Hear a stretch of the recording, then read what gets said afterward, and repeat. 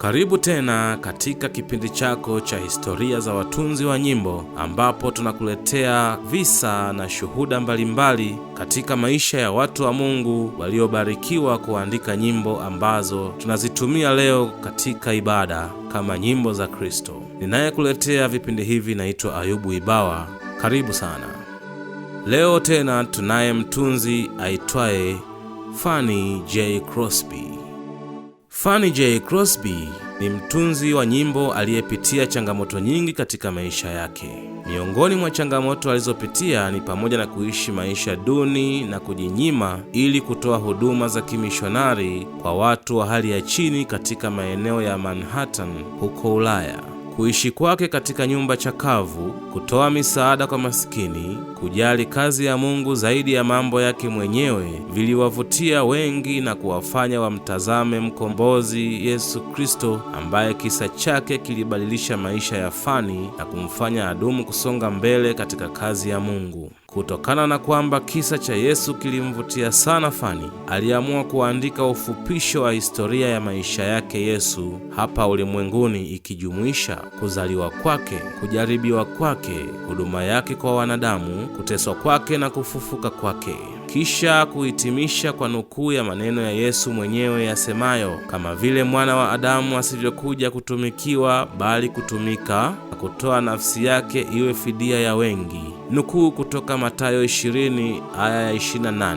Ufupisho huo, pamoja na namna ambavyo Fanny alishiriki Injili kwa watu waliokata tamaa na jinsi Yesu alivyowarejeshea tumaini na amani, ndivyo vilivyompelekea Fanny kutunga wimbo huu. Mtunzi wa ala ya wimbo huu ni John Robson, aliyezaliwa katika mwaka wa 1837 na kufariki mnamo mwaka 1899. Hatimaye katika mwaka 1880 wimbo huu ulichapwa.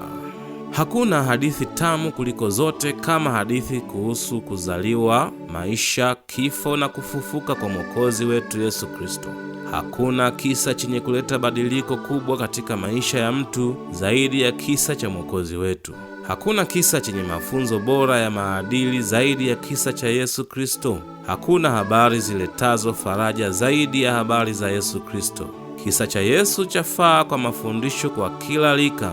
Watoto wadogo watafunzwa kuwa na adabu na utii, wakimpendeza Mungu na wanadamu kama Yesu alivyofanya. Na watu wazima watajifunza maisha ya upendo katika familia, kiasi katika kazi zao, moyo wa huruma na wa kujali, pamoja na nia ya kujitoa kwa ajili ya wengine. Zaidi sana watajifunza kuishi wakimtegemea Mungu ambaye ni mpaji na mratibishaji wa vitu vyote. Yesu aliwahurumia wagonjwa na kuwaponya, akijinyima kwa kila alichokipata ili kushiriki na wahitaji. Alivunja vifungo vya Ibilisi na kuwaacha watu huru. Alinyenyekea hadi mauti na mauti ya msalaba. Ikiwa familia, vijana kwa wazee wangejifunza habari za kisa cha Yesu, ni dhahiri kwamba kungelikuwa na afya ya kiroho na nyumba zetu zingekuwa na amani ya kudumu. Shetani ameteka watu wengi kiasi kwamba wengi wamekuwa wakiongea zaidi juu ya uwepo wake na kumtukuza katika mawazo yao kuwa ana nguvu, pasipo kutambua kwamba jambo hili humpa utukufu yeye na kumhuzunisha Yesu.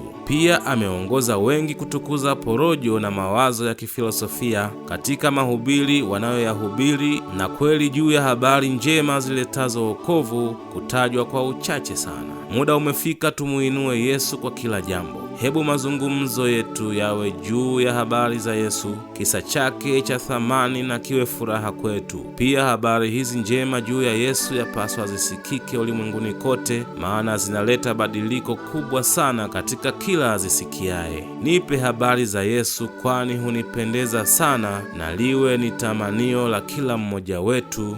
Na Mungu akubariki sana unapotamani kuzisikia habari hizi za Yesu Kristo. Asante kwa kutufuatilia. Kwa maoni au ushauri, tuandikie kwa nambari 0652 654361.